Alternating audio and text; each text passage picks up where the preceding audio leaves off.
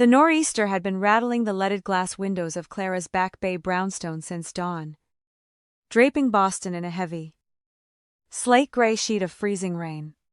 It was a Saturday afternoon, the kind of quiet, unremarkable day that Clara usually reserved for untangling complicated corporate tax structures or losing herself in a novel.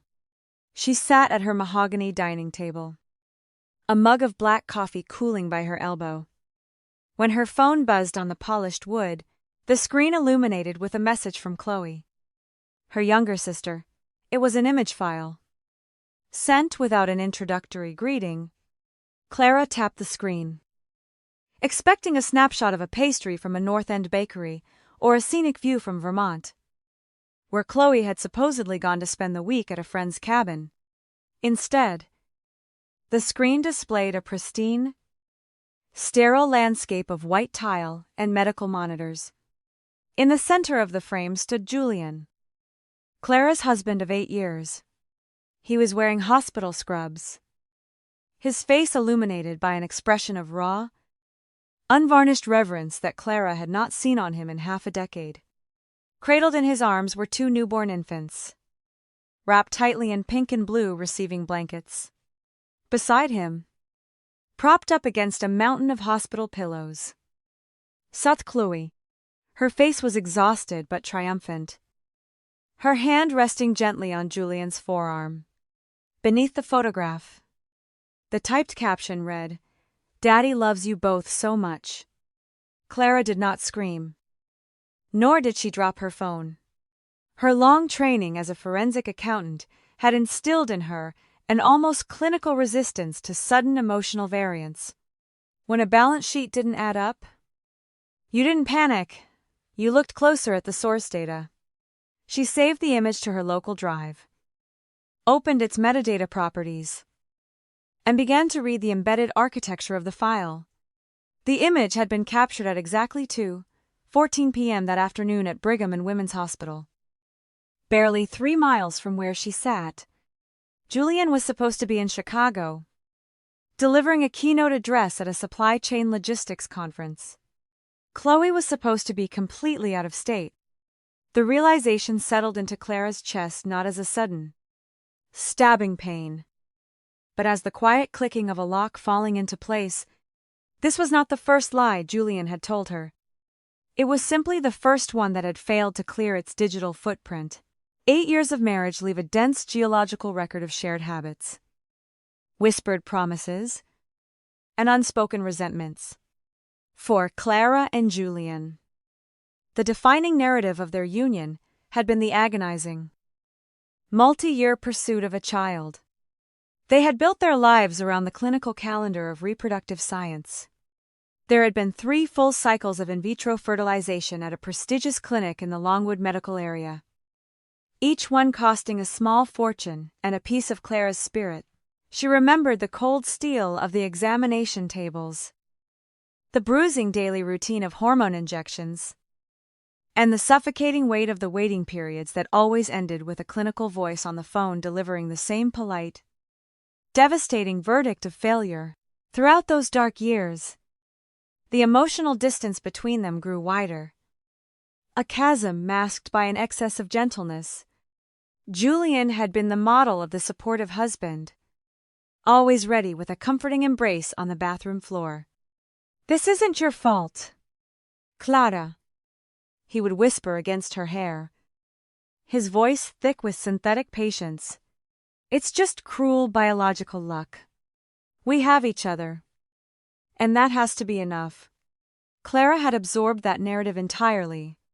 She carried the heavy, unearned guilt of a broken vessel, believing that her own body was the sole barrier to the family they both craved.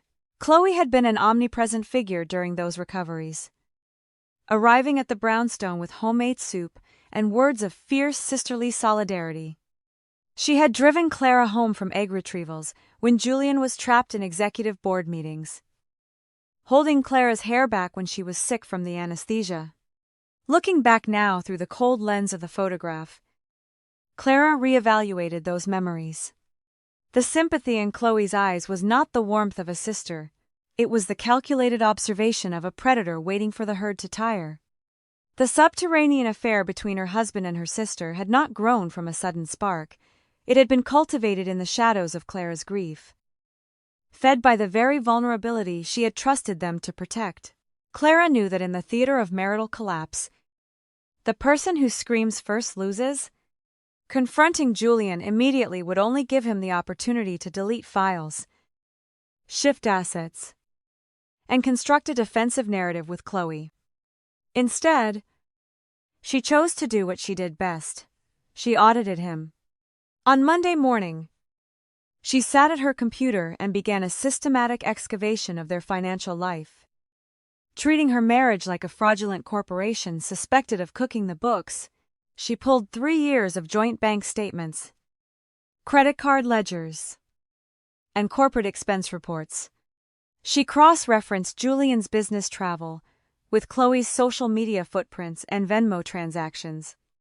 The data was beautifully consistent, revealing a second, parallel life that had been running beneath her feet for 36 months.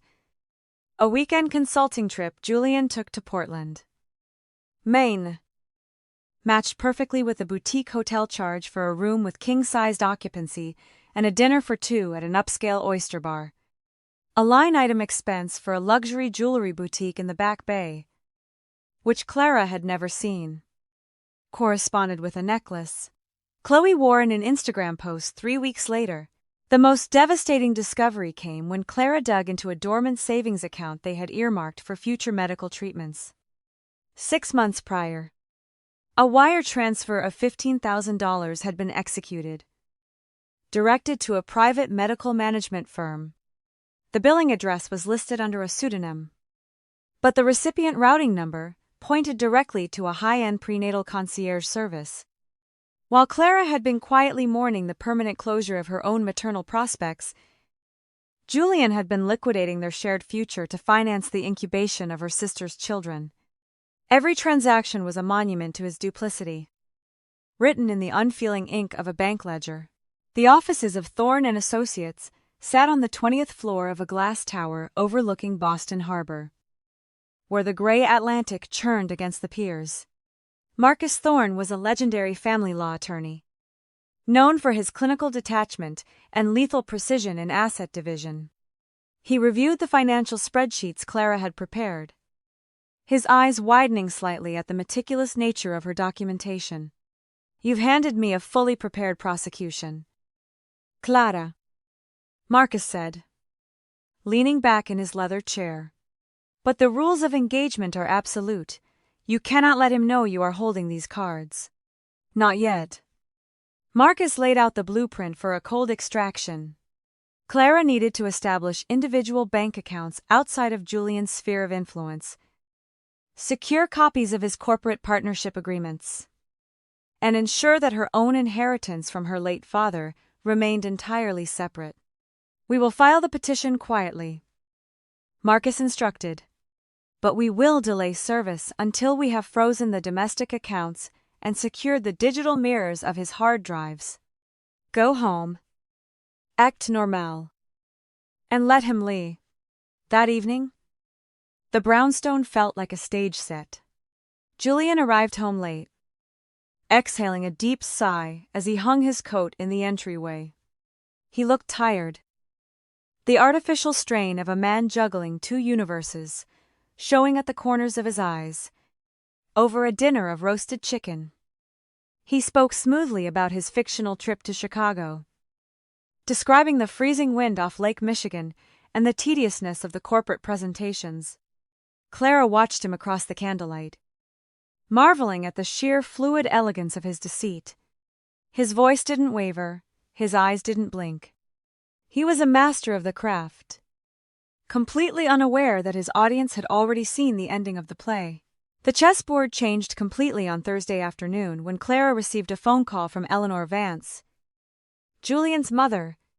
Eleanor was a formidable matriarch of old Beacon Hill stock, a woman whose entire identity was anchored in ancestral prestige and social propriety.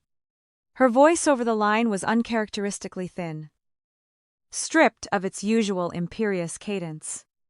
"Clara," Dear, Eleanor said quietly, before you make any public declarations regarding my son, there is an ancient ledger we must examine. Meet me at the Chilton Club within the hour. Allone. They sat in a secluded corner of the private club's library. Surrounded by the smell of old leather and wood polish, Eleanor did not offer her hand. Nor did she order tea. Instead, she placed a faded, manila medical folder on the low table between them. It was a comprehensive semen analysis and genetic screening report from the Boston Andrology Institute. Dated nearly 10 years ago, months before Clara and Julian's wedding, Eleanor pushed the papers forward with a manicured finger. I intercepted this from the mail when Julian was a young graduate student, Eleanor confessed, her gaze fixed on the Persian rug. He had undergone testing after an old college relationship raised questions. The prognosis was absolute. Julian suffers from a profound genetic microdeletion. His sperm count is effectively 0. He is completely, irrevocably sterile. Clara felt the air leave her lungs, the room tilting slightly on its axis. You knew? She whispered. Eleanor closed her eyes. I hid it because the Vance men do not tolerate perceived inadequacy. I burned the original laboratory notice and told him the clinic had lost the samples. Knowing he was too proud to ever go back, I allowed you to believe the failure was yours. Clara. Because it preserved my son's dignity. But on Saturday, Julian brought Chloe and those infants to my house. He stood in my parlor and claimed those children as the continuation of the Vance line. And that, my dear, is a biological fiction I cannot support. If those children exist, they cannot be his. The following morning, Clara stood in the administrative offices of the Longwood Fertility Center, presenting the historical document Eleanor had given her along with a legal authorization for a historical file review. The medical director, after a lengthy consultation with the legal department, finally confirmed the terrible symmetry of the deception. The diagnostic paperwork Clara had been provided during their IVF trials had been curated by Julian. He had systematically omitted the comprehensive male factor reports from the summaries he shared with her, ensuring that the clinical focus remained entirely on Clara's ovarian reserve and uterine environment. For nearly a decade, Clara had subjected her body to invasive surgeries, émotionnelle torture, and toxic guilt, all while Julian stood beside her, playing the role of the benevolent saint forgiving her for her barrenness. The fury that rose within her was cold and structural, a profound reordering of her reality. She was not the broken link in the chain. She had been the scapegoat for a man who preferred to let his wife mutilate her body rather than admit his own biological limitations. That afternoon, Chloe sent a text begging for a meeting at a secluded bench along the esplanade, where the Charles River ran gray and choppy under a bitter November wind.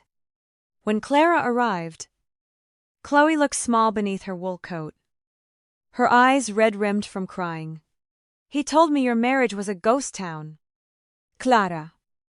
Chloe wept, her voice trembling. He said you hadn't slept in the same room for years, that you were only together for appearances.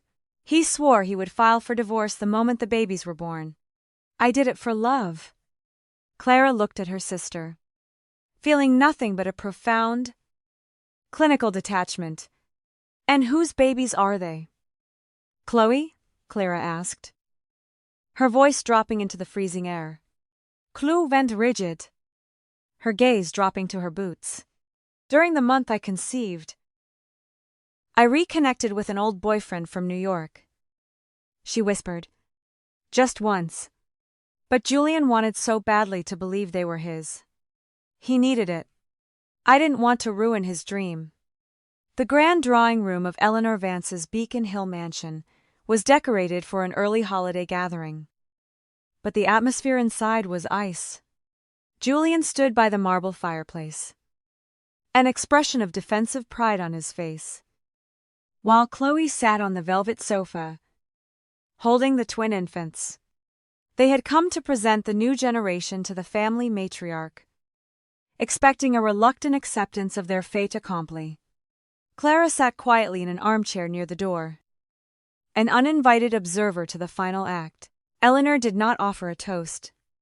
Instead, she stood at the head of the long mahogany table and laid the 10-year-old andrology report directly between her son and his mistress.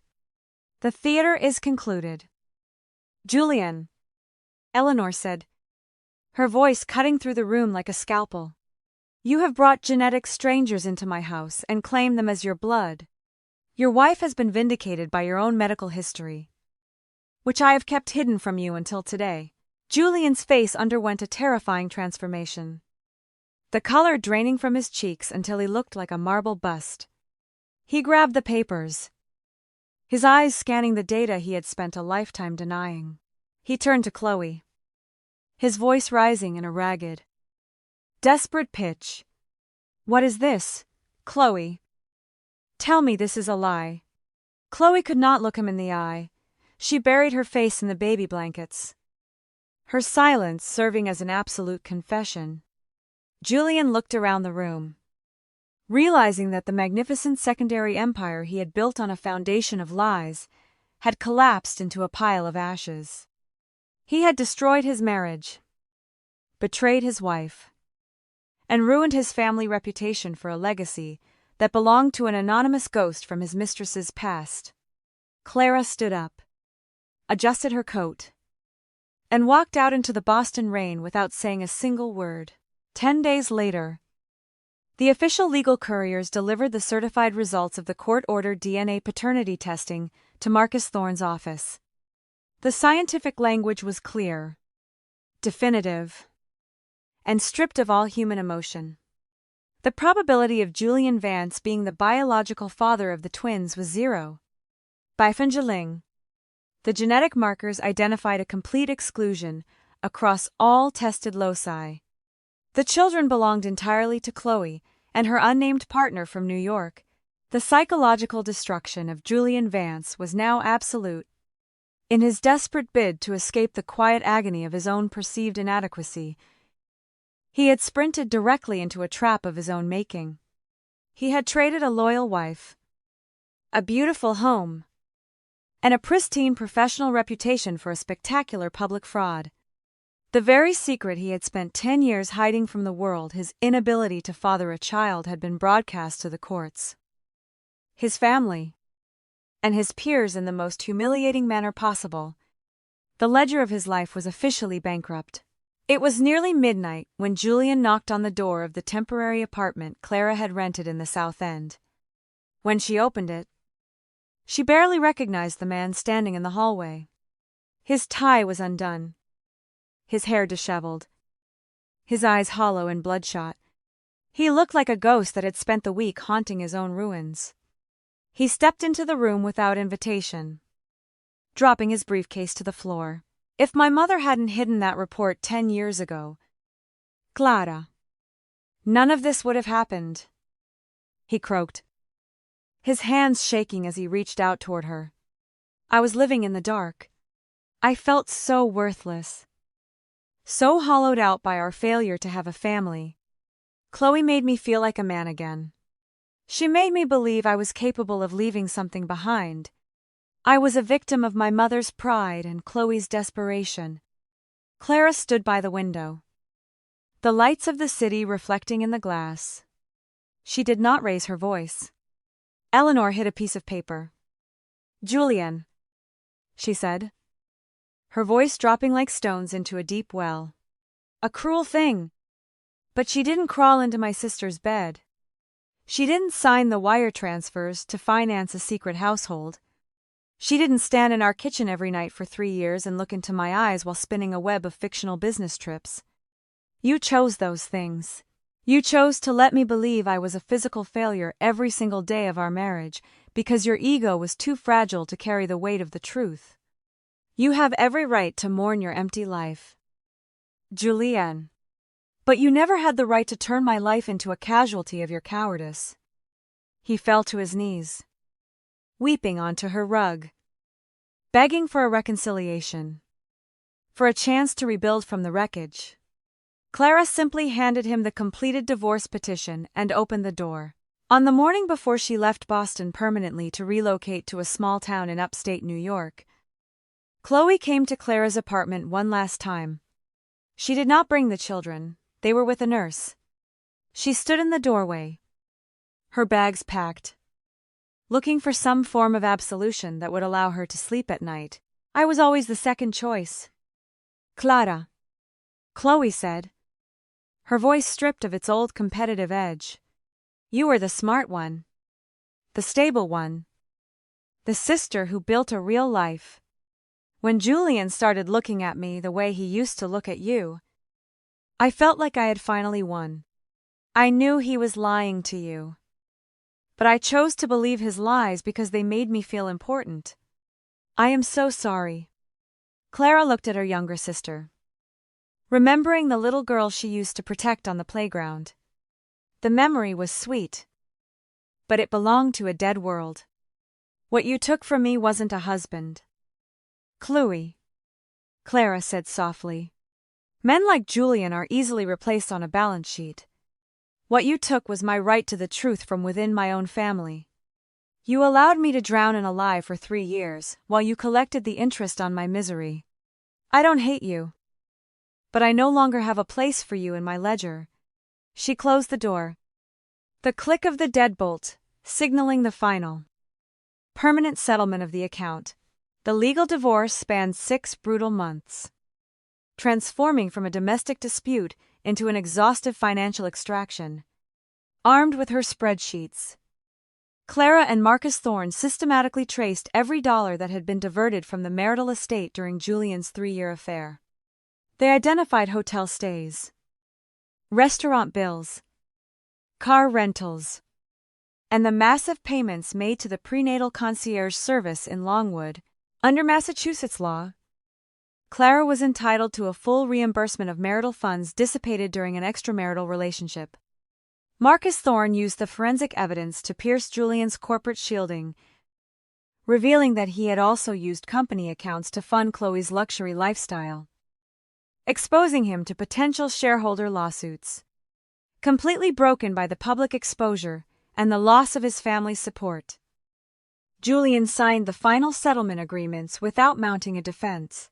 Clara secured the full equity of the Back Bay brownstone, a substantial portion of his investment portfolio, and a complete release from any joint liabilities. She did not take everything because she was greedy. She took it because it was the precise mathematical value of her stolen time. A year later, the autumn leaves were falling thick and golden across the South End, blanketing the cobblestone streets in a warm, amber crust. Clara stood in the kitchen of her new apartment, a sunlit loft with high ceilings and brick walls that she had decorated entirely according to her own taste. There were no ghosts here, no architectural remnants of a man who didn't exist. While clearing out an old moving crate in the closet, she came across a small, plastic container filled with expired progesterone vials and unused IVF syringes from her final cycle at the Longwood Clinic. For years, those objects had been the physical manifestations of her deepest shame, monuments to a biological failure that had broken her spirit. Now, holding them in the bright afternoon light, she felt absolutely nothing but a faint, curious pity for the woman she used to be. They weren't symbols of failure, they were simply pieces of evidence from a historical fraud that she had investigated, exposed, and survived. She walked down to the building's disposal chute and dropped the container inside, listening to the clatter as it disappeared into the dark. Returning to her kitchen, she began to chop fresh vegetables for a quiet dinner for one. The apartment was profoundly silent, but the silence did not feel like loneliness anymore. It felt clean. It felt spacious.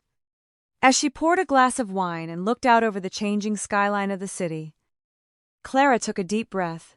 Her life was no longer a subsection of someone else's fiction. The audit was complete. The debts were paid, and the ledger was finally Beautifully balanced,